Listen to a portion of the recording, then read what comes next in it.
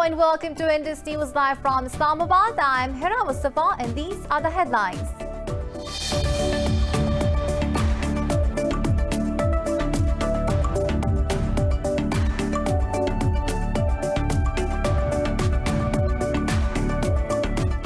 In Afghanistan, clashes between the Taliban and government forces have intensified in southern Kandahar province. Security officials claim to have killed 100 Taliban fighters in air and ground operations, but the group rejected the claim and said dozens of Afghan soldiers were killed in the fighting.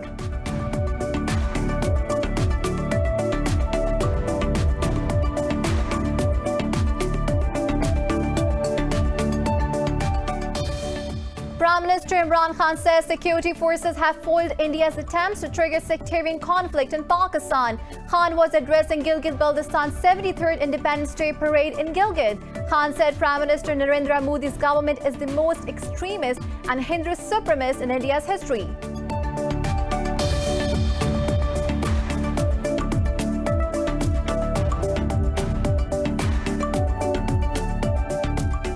In occupied Kashmir, Indian forces have martyred prominent freedom fighter Dr. Saifullah during a military raid in Srinagar. They also arrested a youth during the operation. 23 Kashmiris have been martyred by the occupation forces in October alone.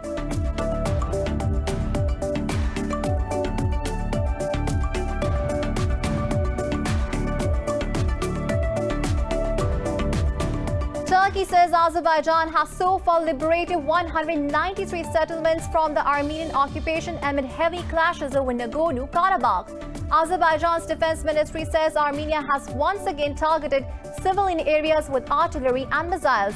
It says a number of Armenian troops have been killed in retaliatory raids by the Azeri forces. Over 1,100 people have been killed in the fighting that broke out on the 27th of September.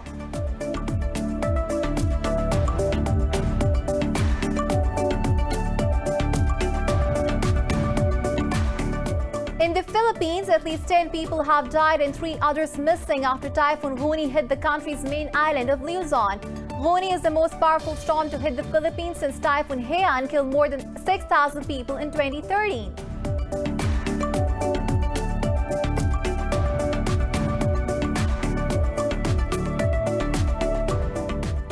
The global number of coronavirus has topped 46 million with almost 1.2 million deaths. In the UK, Prime Minister Boris Johnson has imposed a national lockdown in England as the country's cases crossed 1 million.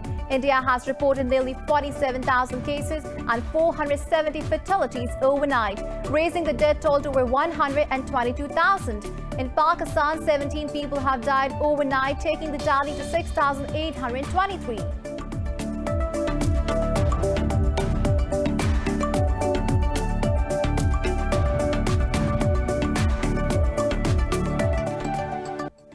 Well, these were the headlines. News in detail coming after the short break. Stay tuned.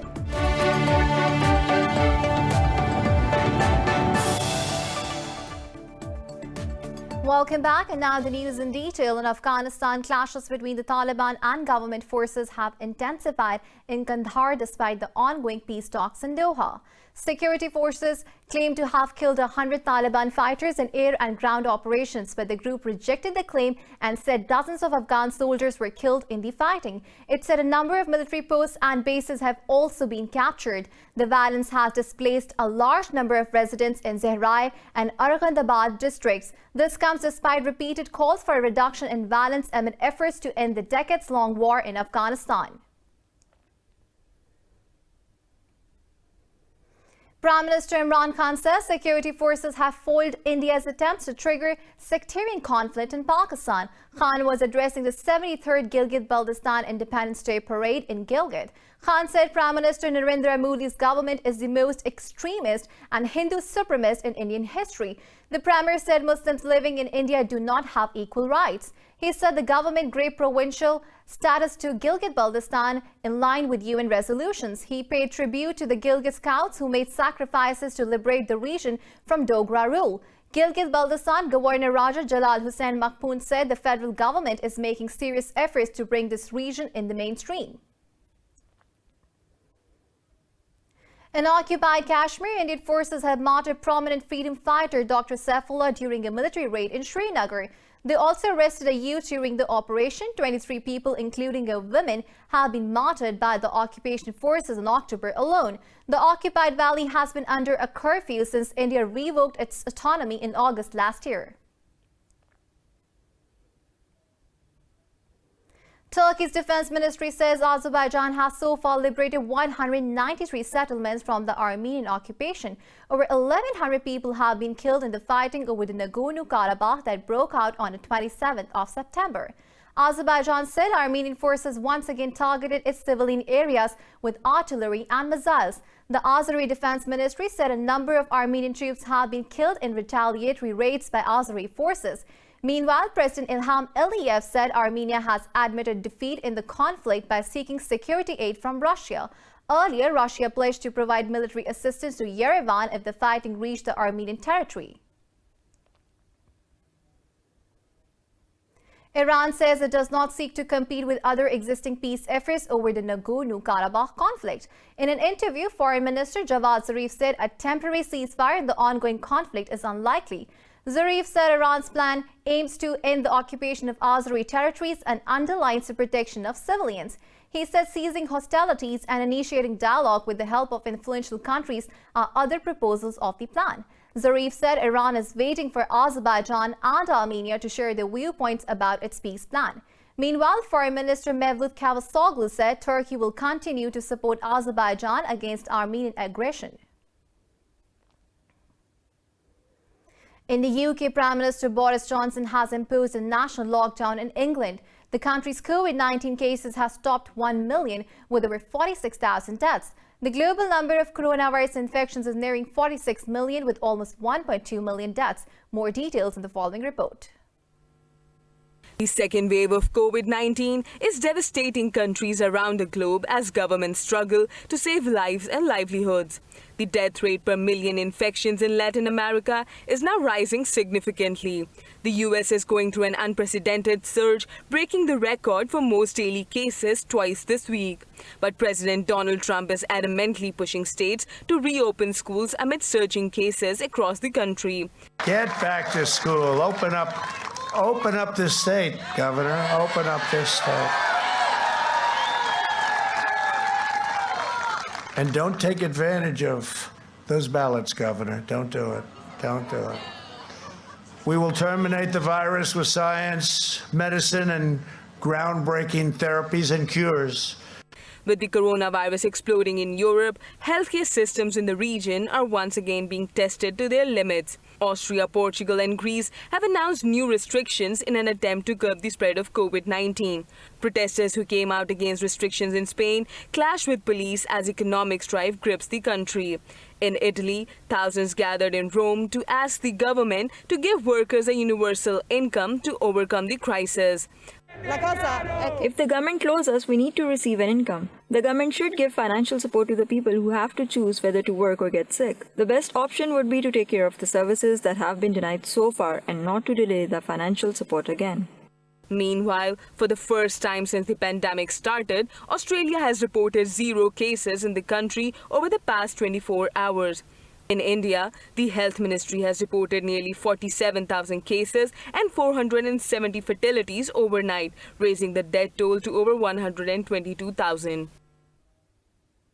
Meanwhile, in Pakistan, 17 people have lost their lives to COVID-19 over the past 24 hours, raising the death toll to 6,823. The Health Ministry says 977 people tested positive for the disease overnight. The ministry said there are over 12,500 active COVID-19 cases in the country. It said out of over 333,000 countrywide cases, more than 314,000 have recovered. The ministry said over 145,000 infections have been detected in the Sindh province, while Punjab has reported over 104,000 cases. In the capital city, Islamabad, nearly 20,000 people have been infected so far. In Jerusalem, thousands of protesters called on Prime Minister Benjamin Netanyahu to quit for the 19th straight week.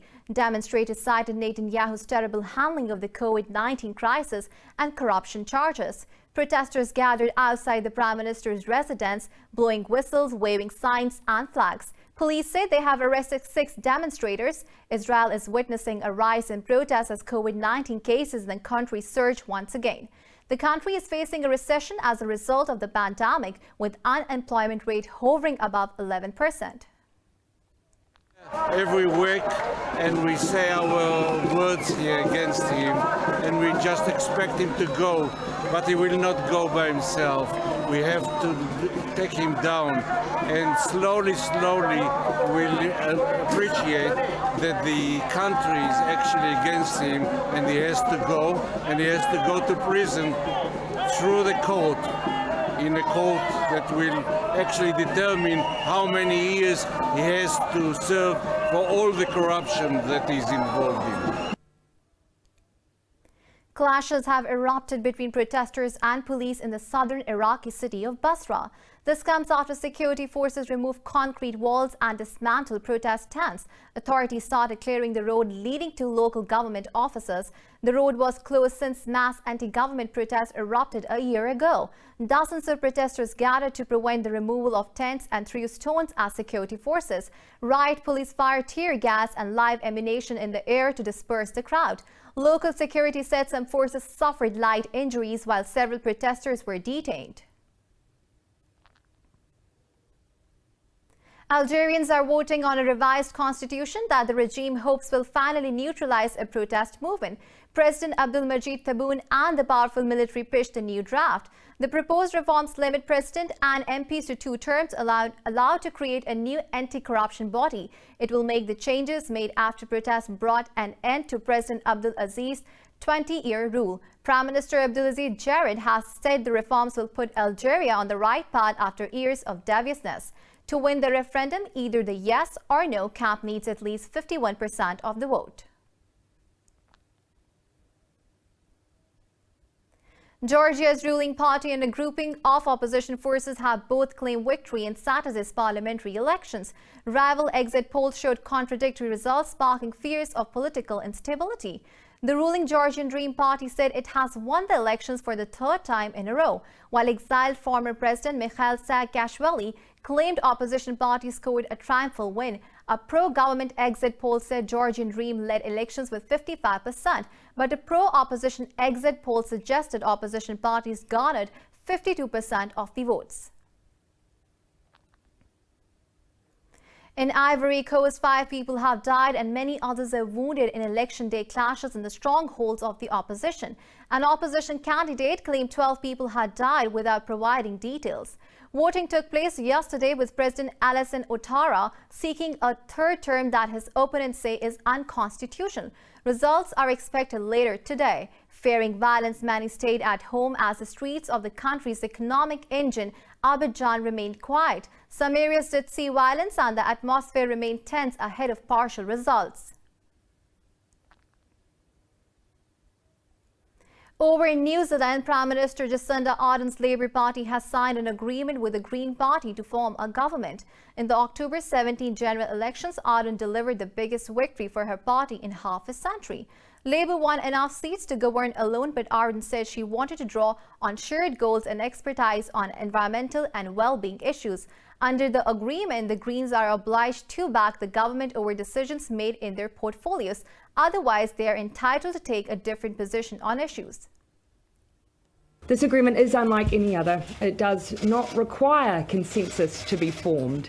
It allows the parties to take their own positions on issues where that is important, but offers to work together in other areas too. And for us, this represents the evolution of MMP.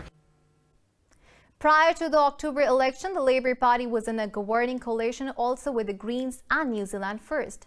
And now moving on, in France, President Emmanuel Macron has condemned the growing calls for a boycott of French goods. In an interview, Macron called the move unacceptable after the boycott campaign spread quickly in the Muslim world. Earlier this week, Macron made anti-Islam comments and accused Muslims of separatism. His remarks sparked a wave of criticism in France and beyond. But the president appeared to retract his position on the ongoing fierce debate about freedom of speech in France. He said the caricatures emerged from free and independent newspapers that are not affiliated with the government. A number of world leaders, including Pakistan's Prime Minister Imran Khan, condemned Macron's statement. German Chancellor Angela Merkel's Christian Democrats Party has decided to hold its Congress session in the mid of January. The Congress is going to decide who will succeed Merkel as the leader of the party. In a tweet, CDU General Secretary Paul Ziemiak said the leadership of the Congress decided the new date after it was postponed due to rise in COVID-19 cases. He said unity in the party is important for Germany, particularly in such difficult times. This comes amid rising concerns about party cohesion and discipline expressed by the senior members. And now it's time to take a short break. Stay with us.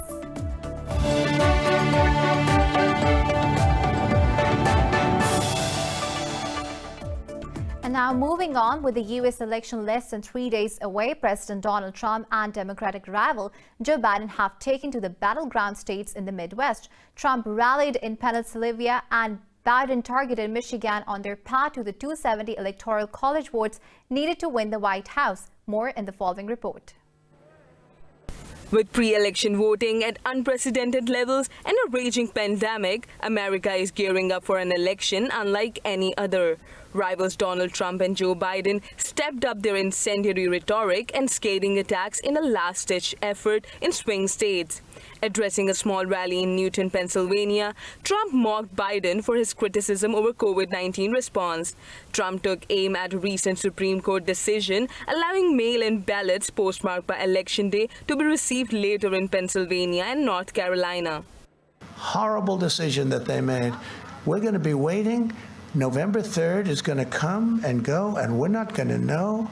And you're going to have bedlam in our country, and you're going to have this period of 9 days or 7 days or whatever it is, and many bad things. Ballots are going to be, oh, we just found 10,000 ballots. Oh, that's good. We just found another 10,000. This is a horrible thing that the United States Supreme Court has done to our country. And I say it loud, and I say it proud. Meanwhile, Democratic presidential nominee Joe Biden campaigned in Flint, Michigan, trying to sway undecided voters. Biden once again accused Trump of giving up in the fight against coronavirus, which has killed 230,000 Americans. I can tell you this, we wouldn't have 9 million confirmed cases of COVID in this nation, over 230,000 deaths. We wouldn't be seeing a new record of cases. We're seeing right now 90,000 cases. Yesterday, 90,000 new cases. We wouldn't be by the way, 500,000 in just the past week. This guy tells us it's going away. Only thing's gonna make it go away if he goes away. Opinion polls show Biden leading Trump by 9 points in Michigan and by 5 percentage points in Pennsylvania. A record 90 million Americans have voted early in the presidential election. In Canada, 2 people have been stabbed to death near the Parliament Hill area of Quebec City.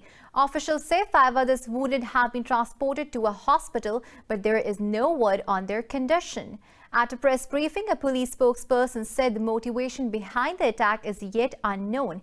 He said the police have arrested a suspected man and taken him to the hospital for evaluation.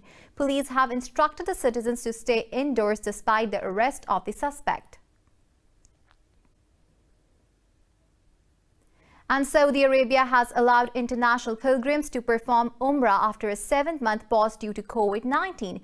Deputy Minister of Hajj and Umrah, Amr Al-Madda, said the pilgrims will have to isolate for 3 days after their arrival. He said pilgrims of 50 years old or younger will be tested for COVID-19 and any cases detected will be closely monitored. Al-Madda said pilgrims will allow a 10-day stay in the country. Earlier this year, the Hajj pilgrimage was limited to resident Saudi nationals, while international pilgrims were banned due to COVID-19. In the Philippines, at least 10 people have died and 3 others are missing after Typhoon Guni hit the country's main island of Luzon. According to officials, the 2020's most powerful storm is bringing with it catastrophic winds and torrential rainfall. They warned that about a quarter of the country's whole population could be affected by Typhoon Goni. This is the most powerful storm to hit the Philippines since Typhoon Haiyan killed more than 6,000 people in 2013. The death toll from the earthquake in western Turkey has risen to 58 with over 800 injured. Authorities say they have pulled a man alive from the debris after 33 hours. President Recep Tayyip Erdogan visited the site of collapsed buildings in the Aegean port city. Mayor of the city said a mother and her 2 children were pulled alive from the debris after 18 hours. He added around 180 people are still trapped under the rubble. The Disaster and Emergency Management Authority said there have been 833 aftershocks with 40 more powerful than 4 magnitude. In China, at least 7 people have died and 5 others injured after a railway bridge collapsed in a northern Tianjin city. Officials said the collapse occurred when a bridge in Tianjin's Binhai area was under repair. They said a rescue operation was launched after the incident and the cause of the accident is being investigated. Over 150 firefighters and 10 search and rescue dogs were helping at the scene. At the Third World Laureates Forum in Shanghai, scientists from around the globe have called for international cooperation to handle global problems. They said coordination is needed to improve computing power and handle the COVID-19 pandemic. More than 300 scientists, including 61 Nobel Prize laureates, participated in the forum. American structural biologist Raymond Stevens outlined a possible path for scientists to make more achievements. I became a scientist because we cooperate around the world. And so their message, which I very much agree with, is that we need to make sure science stays international, basic science, that we share observations. The pandemic, COVID-19, has been a wonderful example of that. We should be working together to battle this virus, not each country by itself. People around the world have celebrated Halloween with all things spooky and fear-inducing get-ups. In Hong Kong, partygoers filled bars and streets to celebrate the festival despite the coronavirus outbreak. More in the following report. Enthusiasts reveled in the Halloween festival despite the COVID-19 pandemic with the same excitement. The Hong Kongers roamed the streets of the Lan Kwai Fong area wearing costumes while bars dressed their storefronts with Halloween decorations. There's a little bit of inconvenience, for example, about my makeup. I can only put makeup on my eyes. I don't think it's troublesome, just that we need to put on a mask and wear less makeup. Police patrolled the area, carrying banners asking people to avoid gathering or crowding in one area. The city's government eased social distancing measures with business hours of bars and clubs being extended to 2 a.m. The seating capacity of restaurants and clubs has been increased to 75%. We have to protect ourselves. Of course, it's less fun, but I think it's better to wear a mask, like coming out, having fun together, than doing nothing, staying at home. If you ask me whether I'm worried about coronavirus, I'm a little bit worried. But I think if we wear a mask and sanitize our hands, it should be okay. The relaxation of measures comes as the Asian financial hub has maintained single-digit or no new local cases in recent weeks. However, the city has continued to register imported cases of the virus. More stories coming up after the short break. Stay with us.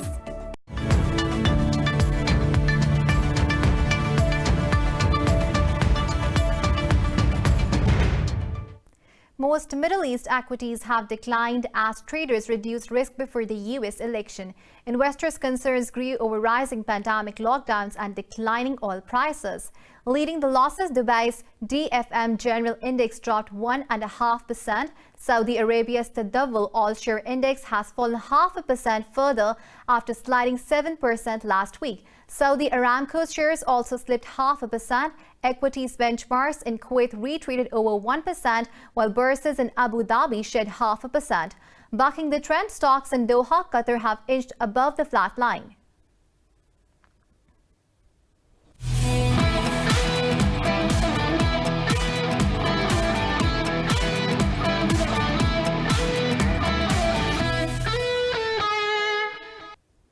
Meanwhile, Pakistan's Aleem Dar has set the world record of supervising the highest number of one-day internationals. He is officiating the second one-day international between Pakistan and Zimbabwe today in Rawalpindi.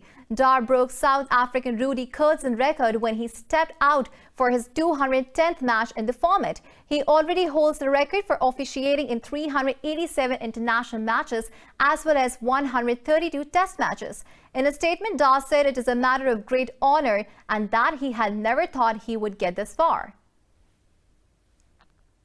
In tennis, Russia's Andrei Rublev has won the Vienna Open, capturing his 5th ATP title of the year. Rublev beat Italian Lorenzo Sonego in straight sets to lift the Erste Bank Open trophy. Rublev has now qualified for the NATO ATP finals for the first time.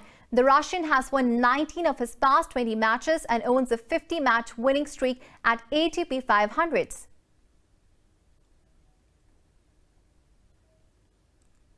In the English Premier League, Southampton beat Aston Villa at 4-3 in a thrilling contest at Villa Park. With this win, the Saints have moved to the 3rd spot in the Premier League table. A goal from Yannick Westergaard and a brace from James Ward-Prowse made it 3-0 for the Saints at the internal. Danny Ings scored one in the second half to make it 4-0 for Southampton. Villa responded with 3 late goals but failed to change the result. Earlier, Liverpool came from behind to beat informed West Ham and secure top ranking of the table.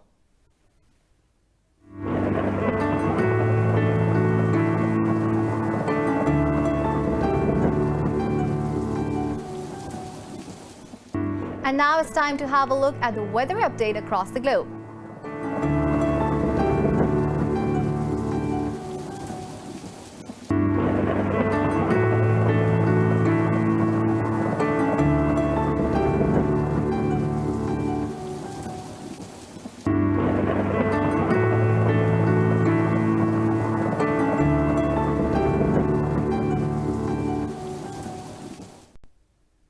And for the latest updates, you can follow us on social media at indus.news.